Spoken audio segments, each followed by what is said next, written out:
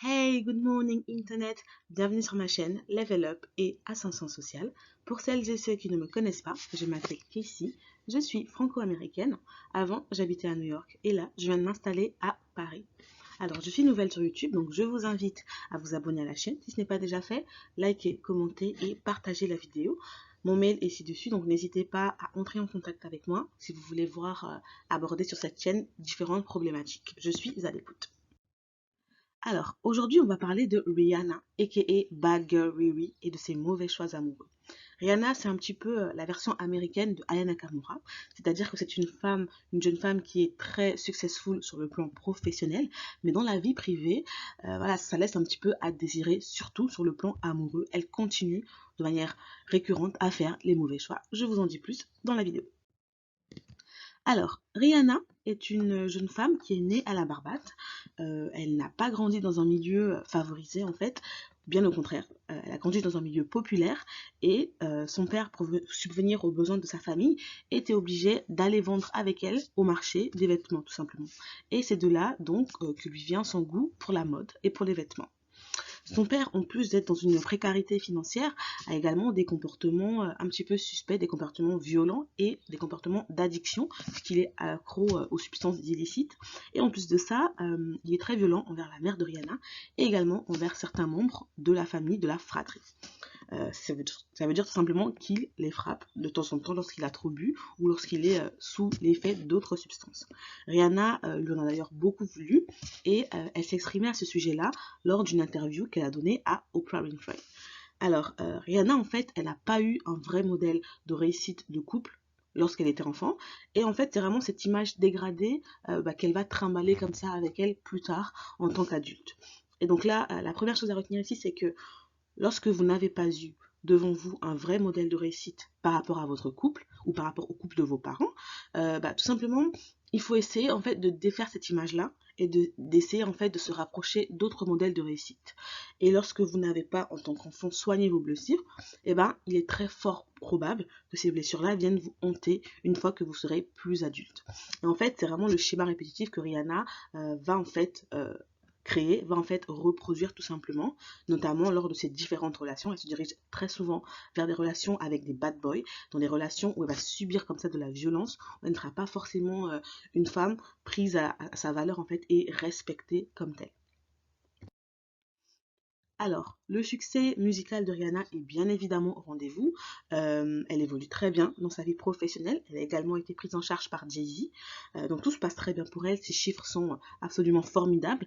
Et dans la vie privée également, les choses se passent plus ou moins bien puisqu'elle est en couple avec Chris Brown. Donc à l'époque, elle était particulièrement jeune. Donc les gens les adoraient ensemble. C'était une sorte de mini power couple. Ils étaient vraiment très beaux ensemble, très stylés. Tu vois. Tout le monde les adorait clairement. Donc tout se passait bien, sauf qu'à un moment donné, un jour, Chris Brown a trompé Rihanna, tout simplement, et il a reçu sur son téléphone un message d'une fille, tout simplement, et Rihanna, elle a vu ce message-là, et elle s'est énervée. Elle a été emportée par la colère, et Chris Brown l'a tout simplement frappée. Donc, il a levé la main sur elle, c'était dans une voiture, donc il lui a cogné la tête contre une voiture. Et Rihanna, en fait, a été victime de violences conjugales. Et elle ne s'est pas du tout laissée faire, bien au contraire. Elle a été portée plainte et Chris Brown a été condamné en fait à faire des travaux d'intérêt général pour tout simplement payer entre guillemets sa dette à la société. Donc l'histoire aurait pu s'arrêter là, sauf que Rihanna en fait n'est pas du tout sortie la même de cette histoire-là. D'ailleurs en fait elle a un petit peu sombré dans une certaine en fait atmosphère un petit peu sombre, un petit peu bizarre en fait, et on le ressent en fait lors de ses différents albums par la suite. Elle s'est complètement métamorphosée, elle était vraiment de plus en plus enfermée sur elle-même, un petit peu sombre. Et après, donc plus tard on a appris également qu'elle avait pardonné à Chris Brown et qu'ils s'étaient même remis ensemble à une certaine époque. Donc ça c'est un petit peu le deuxième red flag que j'ai envie de souligner ici, c'est qu'un homme qui vous bat une fois, il y a de très fortes chances qu'il vous rebatte pour la deuxième fois.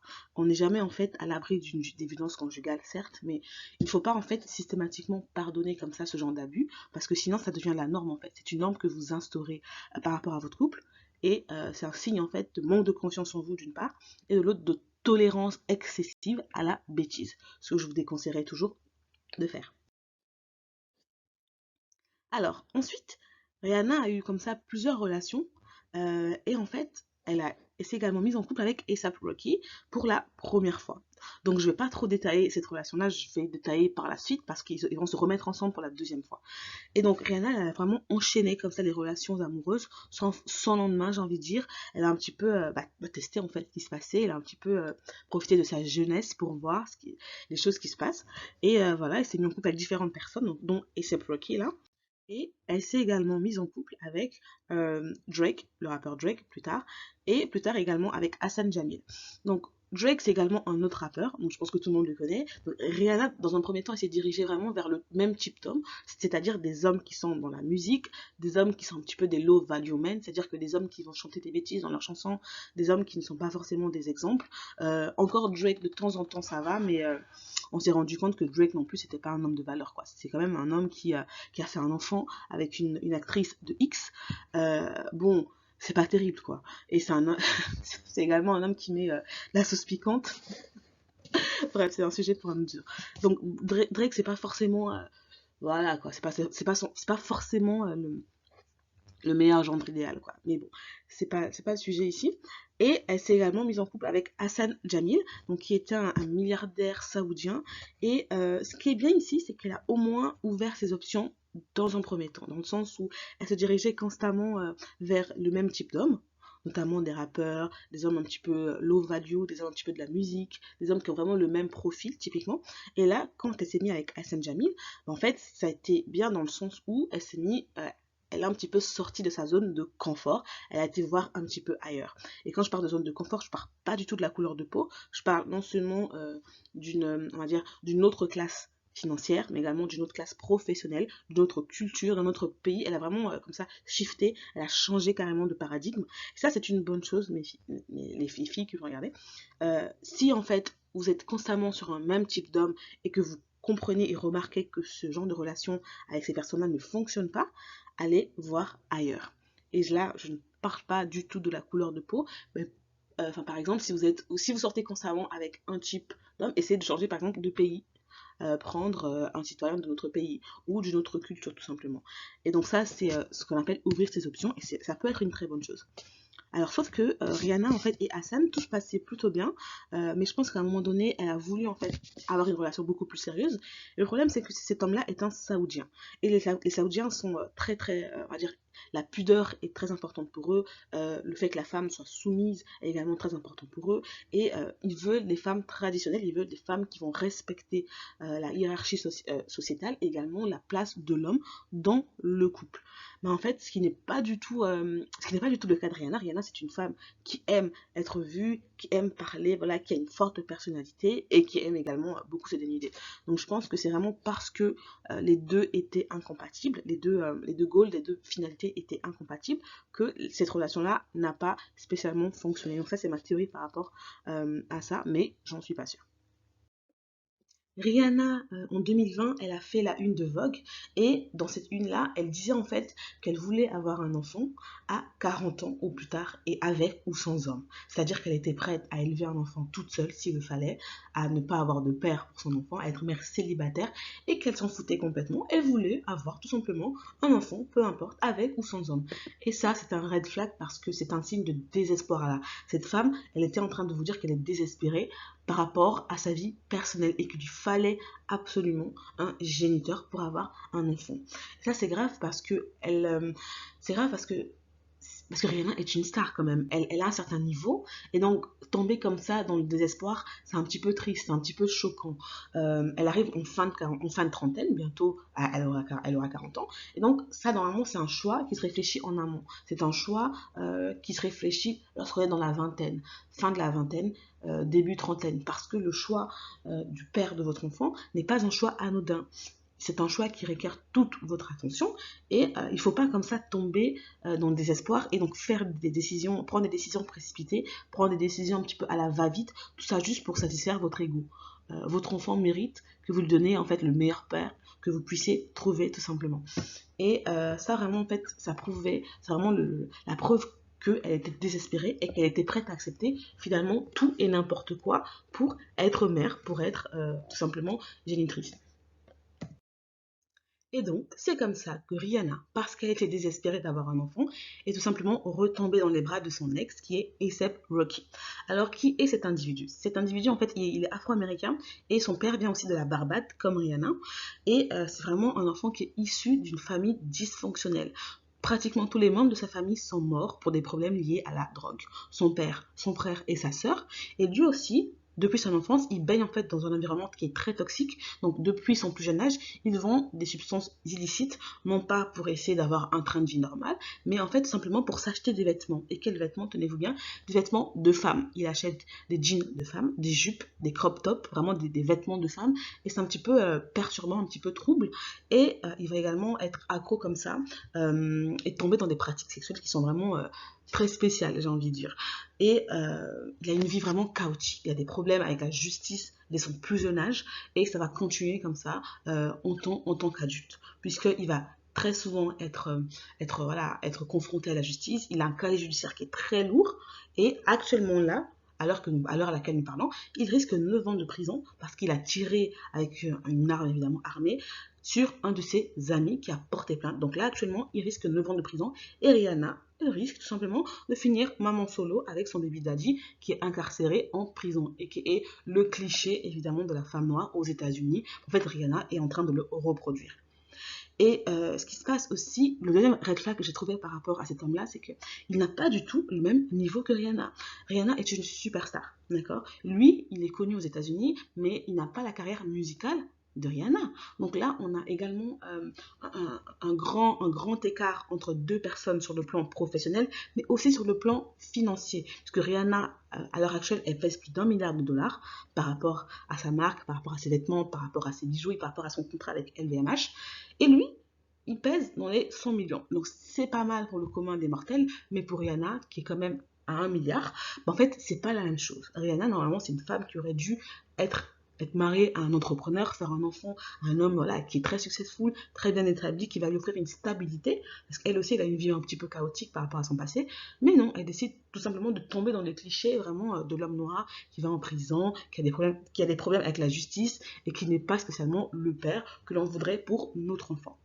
Donc en plus de ces aspects un petit peu sombres, en fait, elle est tout simplement en hypogamie puisqu'elle est supérieure socialement à cet individu-là. Et j'avais parlé de ça dans la vidéo avec Aya Nakamura, que lorsqu'une femme en fait est en hypogamie, lorsqu'elle est en couple avec une personne d'un statut social inférieur, en fait, statistiquement, vous avez plus de chances que cette relation-là finisse soit en abus et violence conjugale, soit tout simplement en divorce. Parce que un homme, en fait, qui n'arrive pas à avoir le niveau de sa femme, qui est inférieur socialement à sa femme, en fait, il va se sentir tout simplement frustré. Et donc, cette frustration-là, elle va venir du fait que qu'il n'arrive pas tout simplement à avoir le même niveau que sa compagne. Donc ça peut se traduire en jalousie par exemple, ça peut également se traduire comme une sorte d'ego mal placé, également de castration de sa masculinité. Et donc un homme qui est castré, un homme qui est frustré, forcément il va s'en prendre à sa compagne, forcément il va à un moment donné avoir des comportements toxiques et des comportements qui sont jugés en fait simplement regrettables. Et c'est d'ailleurs comme ça que A$AP Rocky il a été accusé d'avoir trompé Rihanna très récemment d'ailleurs avec une mannequin, en tout cas une femme qui travaillait pour Rihanna. Donc ça c'est vraiment un red flag aussi parce que tout le monde aux États-Unis sait que cette relation, cette tromperie en fait est vraie. Mais en fait tout le monde a fait comme s'il ne voyait pas parce que Rihanna est enceinte, on ne voulait pas la blesser en fait. Mais cet homme-là n'est pas un homme entre guillemets, n'est pas un homme sérieux quoi. En plus de ça, il a plein de problèmes, notamment avec le colorisme. Il n'aime pas les femmes noires dark skin pardon. Il préfère les light skin. Non. À la limite, c'est sa préférence, mais aussi, il se permet en fait de les critiquer par rapport à leur maquillage, etc. Donc c'est vraiment, c'est pas un homme masculin, quoi. C'est pas un homme que vous voulez qu'il soit le père de votre enfant, tout simplement. La leçon à retenir ici, c'est qu'en tant qu'adulte, vous devez faire la paix avec votre passé. Vous devez soigner toutes vos blessures et vos traumas que vous avez subis en tant qu'enfant. Parce qu'un adulte aujourd'hui se construit sur les événements qu'il a vécu en tant qu'enfant. Et ça, je le répète dans toutes mes vidéos parce que c'est important. Ça a été prouvé psychologiquement et psychiatriquement également que si vous êtes un enfant et que vous avez subi des traumas en tant qu'enfant, ben vous risquez en fait très probablement en tant qu'adulte de reproduire les mêmes schémas si vous ne soignez pas ces blessures-là. Et donc Rihanna, parce qu'elle a eu un père qui est violent, un père qui est toxique, je pense que sans même se rendre compte, elle reproduit comme ça les mêmes schémas par rapport à ses choix amoureux. Ensuite, ce qu'il faut retenir ici, c'est que vous devez également ouvrir vos options, mais de manière intelligente. Ne vous dirigez pas toujours vers le même type d'homme si vous voyez que ça ne fonctionne pas. Si vous aimez un type A et que vous voyez que les hommes de ce type A, de ce type justement, ne vous respectent pas, ne vous font pas sentir comme vous voudriez, partez tout simplement et changez de style en fait. Ça, c'est quand même important. N'hésitez pas à ouvrir vos options. Et quand je parle d'ouverture d'options ici, je ne parle pas du tout de la couleur de peau, etc. Mais je parle par exemple d'un milieu professionnel différent. Je parle d'une culture différente, par exemple. Et en tout cas, ne vous limitez pas à un seul type d'homme, surtout si ce type d'homme-là vous traite mal et ne vous traite pas comme vous voudriez être traité, tout simplement. Également, une chose importante à savoir, vous ne devez pas céder à la pression sociale, non seulement du mariage, mais aussi d'avoir des enfants. Si vous êtes jeune, si vous êtes dans la vingtaine, profitez justement de ce moment-là pour commencer déjà à réfléchir aux critères que vous voudriez que votre futur partenaire puisse avoir. Comme ça, vous ne serez pas en fait prise au dépourvu, un petit peu arrivé trop tard, comme Rihanna à la fin de sa trentaine. Elle était tellement désespérée qu'elle était obligée en fait de prendre un mec comme A$AP Rocky, de vraiment prendre un homme alors qu'elle aurait pu en prendre un autre de meilleur niveau et qui a un passé judiciaire qui est beaucoup plus clean. Également, c'est important comme toujours de toujours vérifier le passé de cet homme-là. Et je ne sais pas si Rihanna l'a fait ou je ne sais pas si c'est précipité d'être en couple avec lui parce qu'il vient également de la Barbade, comme elle, ou parce qu'elle était désespérée. En tout cas, prenez votre temps et également étudiez toujours le passé d'un homme. Et comme d'habitude, dirigez-vous vers des jeunes qui sont sérieux, qui sont respectables en fait, et que vous vouliez, et que les hommes qui auront envie d'avoir des enfants avec vous et qui seront prêts justement à s'occuper de ces enfants et qui ne seront pas en prison d'ici 2-3 ans lorsque votre enfant va naître. Ça, c'est également très important. Alors, nous arrivons à la fin de cette vidéo et je vous remercie d'avoir regardé jusqu'au bout. Je vous dis à la prochaine. Je vous invite comme toujours à vous abonner à la chaîne, commenter, liker, partager la vidéo. Je vous dis à très bientôt. Bye.